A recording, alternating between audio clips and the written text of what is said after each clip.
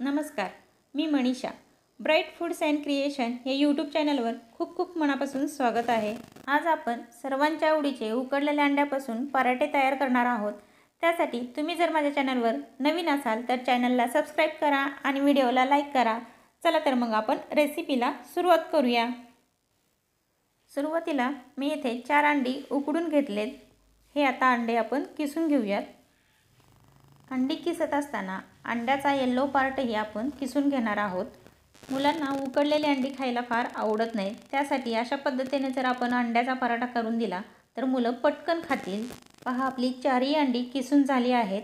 आता यामध्ये घालूयात अर्धा चमचा लाल तिखट, चवीनुसार मीठ, अर्धा चमचा गरम मसाला. तिखट तुम्ही तुमच्या आवडीनुसार कमी जास्त करू शकता. आणि यामध्ये घालूयात बारीक कट केलेली कोथिंबीर.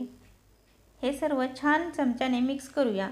सर्व मसाला अंड्याला व्यवस्थित लागला गेला पाहिजे. अशा पद्धतीने व्यवस्थित मिक्स करायचे. हे मसाले तुमच्या आवडीनुसार कमी जास्त करू शकता. येथे मी गव्हाच्या पिठाची कणिक मळून घेतली आहे. अगदी चपातीसाठी जशी कणिक मळतो अगदी तशीच कणिक मी मळून घेतलेली आहे. कणकीचा गोळा तयार करूया.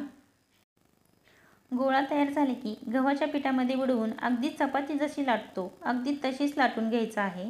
खूप जाडही लाटायचं नाही आणि खूप पातळही लाटायचं नाही. अगदी चपातीसारखंच आपल्याला लाटून घ्यायचं आहे. पहा, आपले लाटून झालेले आहे. याला आता आपण तेल लावून घेऊया. सर्व बाजूनी याला तेल लावायचे. पहा, सर्व बाजूने आपण व्यवस्थित तेल लावले आहे.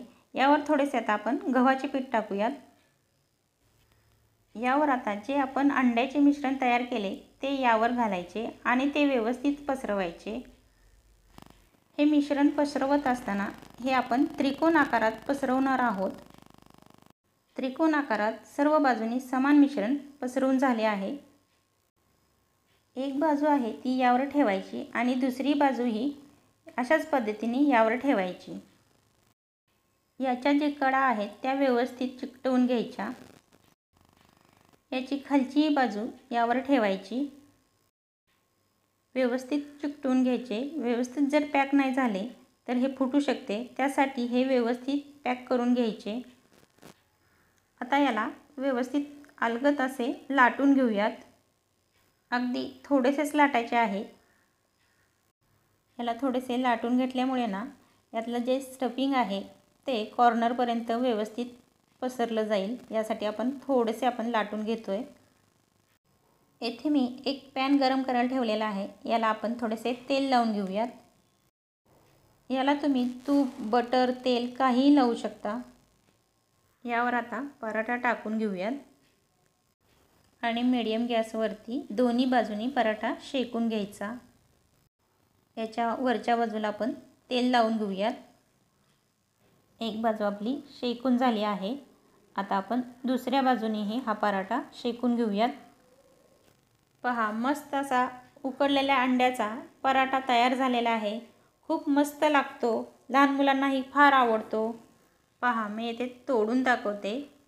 पहा, स्टफिंग ह्याचं कॉर्नरपर्यंत गेलेलं आहे आणि याचा आकार त्रिकोणी असल्याने लहान मुलांना नवीन काहीतरी असल्याने खायला फार मजा येते. त्यामुळे ते आवडीने खातात.